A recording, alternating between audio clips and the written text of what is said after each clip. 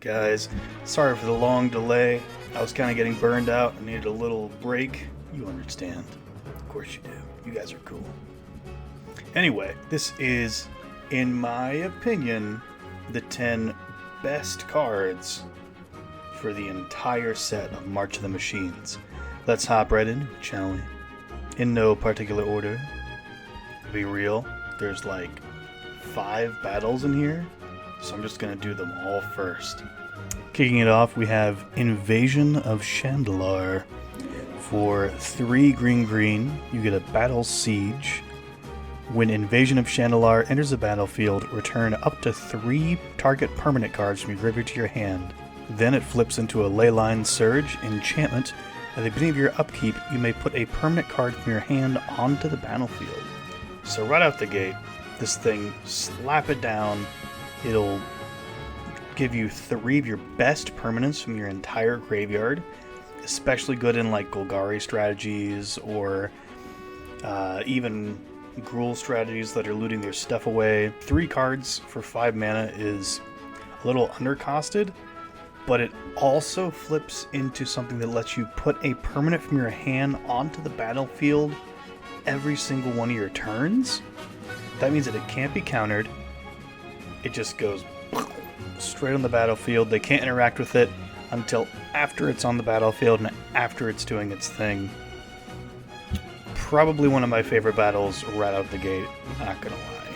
Invasion of Ravnica, 5 mana, Battle Siege. When Invasion of Ravnica enters the battlefield, exile target non-land permanent an opponent controls that isn't exactly 2 colors. Then it flips into Guild Pack Paragon. Artifact creature construct. Whenever you cast a spell that's exactly 2 colors, look at the top 6 cards of your library. You may reveal a card that is exactly 2 colors from among them and put it in your hand. Put the rest on the bottom of your library in any order. Tied for the lowest flip value, which is just 4. You get a 5 mana exile and non-land permanent is insanely good. Like, period in Colas. This can cover whatever your deck's weakness is. This can cover it. You can't hit enchantments because you're Rakdos. Now you can. You can't deal with artifacts because you're playing mono blue. Well, now you can. Like, this thing can deal with anything. It's almost like a Meteor Golem. Less reanimatable, but also harder to interact with. Even if you never want the other side of this card, the front face alone makes this an auto-include in a lot of decks that I'm going to be building. Invasion of Fiora. For 4 black, Battle Siege. When Invasion of Fiora enters a battlefield, choose 1 or both. Destroy all legendary creatures. Destroy all non-legendary creatures. Flips into Marchesa, Resolute Monarch, legendary creature, human noble, menace, death touch. Whenever Marchesa, Resolute Monarch attacks, remove all counters from up to 1 target permanent. At the beginning of your upkeep, if you haven't been dealt combat damage since your last turn, you draw a card and lose 1 life. She's a 3/6. Unlike the other 2 that we said, this one is more for the backside than the front side, because 6 mana for a board wipe is not the best. But I have a Shanid deck that is all legendaries, so this is a one-sided board wipe for 6, which is a pretty good rate. And if you need it to be both, you can just pick both, and it's just a Wrath. But it flips into something that will instantly kill Planeswalkers every time it swings, and it draws you a card each turn, so long as you haven't been dealt combat damage, effectively giving you a pseudo-monarchy that will stack with monarchy. Invasion of Urgamon. For red-green, you get a Battle Siege. When Invasion of Urgamon enters the battlefield, create a treasure token. Then you may discard a card. If you do, draw a card. It flips into Truga Cliffcharger, a 3/4 trample rhino. When Truga Cliffcharger enters the battlefield, you may discard a card. If you do, you may search your library for a land, not a basic, a land, or battle card. Reveal it, put it in your hand, then shuffle. I mean, Thrill of Possibility is a card that a lot of people play.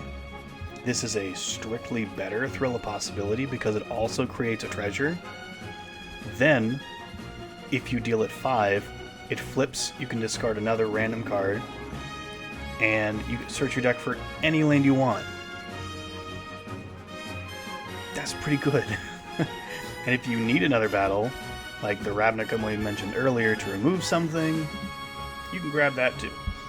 But the important thing is that it can tutor out any land. Remember, you only paid 2 mana for a loot, a treasure, a 4/5, and it lets you search your deck for any land. Sold. Our last battle is Invasion of Tolvada.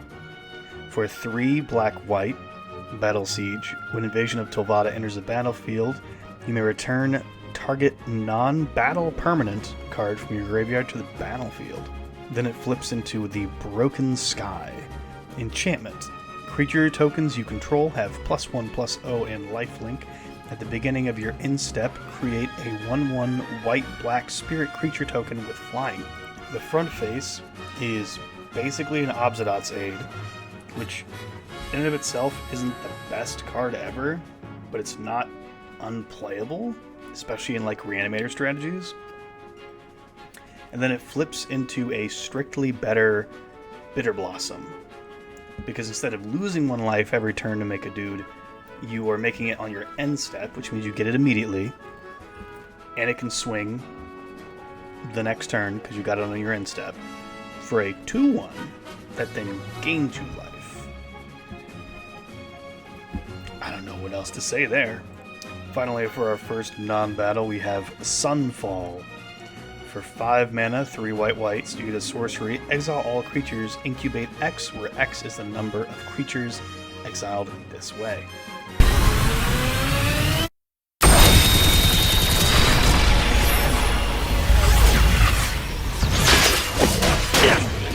Long are the days of Final Judgment, back when that was a good card.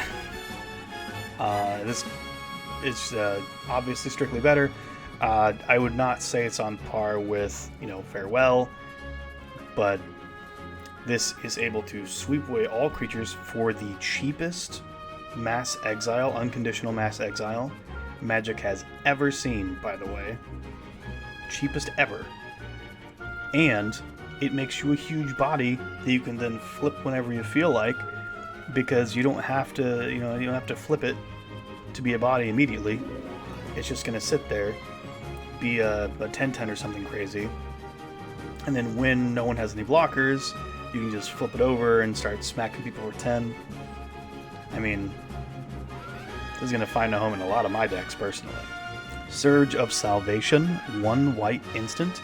You and permanents you control gain hexproof until end of turn.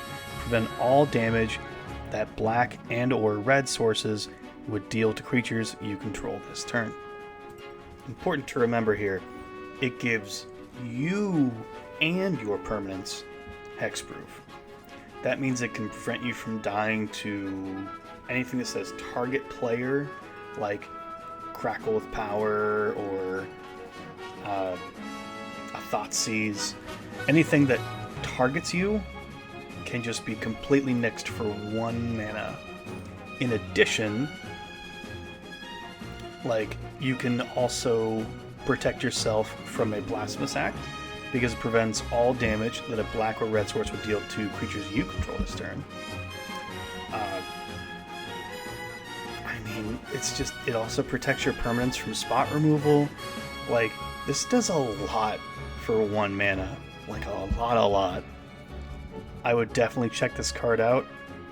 As I called that it would be good when it first got spoiled, it's already ramping up in price, so don't throw these in your chaff, keep them separate. Fairy Mastermind is our next entry. It is a 2/1 for 2 mana, 1 and a blue. Creature Fairy Rogue, flash flying. Whenever an opponent draws their second card each turn, you draw a card. Pay 4, each player draws a card. Great rate for another gotcha card. I do love me some gotcha cards, just saying. But this doesn't prevent them from drawing. You just also get to draw. So people are much less inclined to destroy it. and a 2-mana 2/1 Flying Flash. You know, it's always good to have those cheap evasive creatures to knock out like planeswalkers or battles.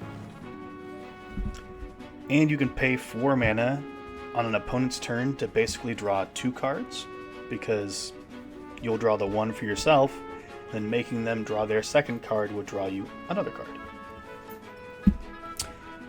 Pretty good. Pretty good. Here's one that I'm super excited for. Sea Double. For 2 blue instant, this spell can't be copied. Choose one.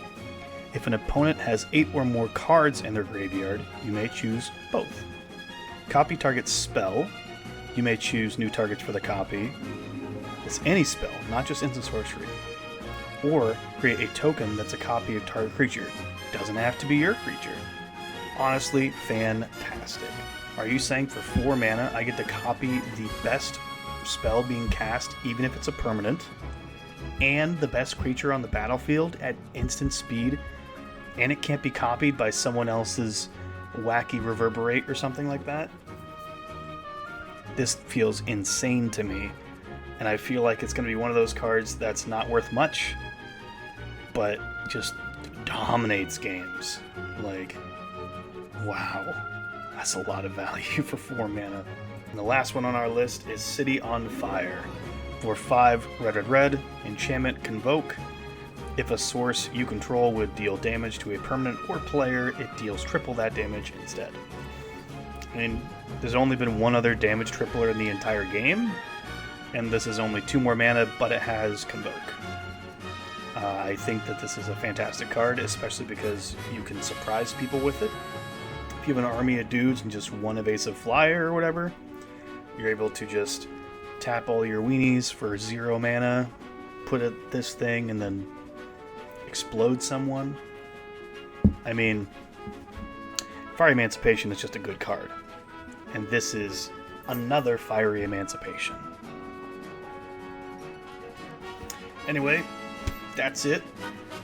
Again, so sorry for the long delay, but I am back and I'll be pooping out videos fairly regularly, especially with all this March of the Machine madness.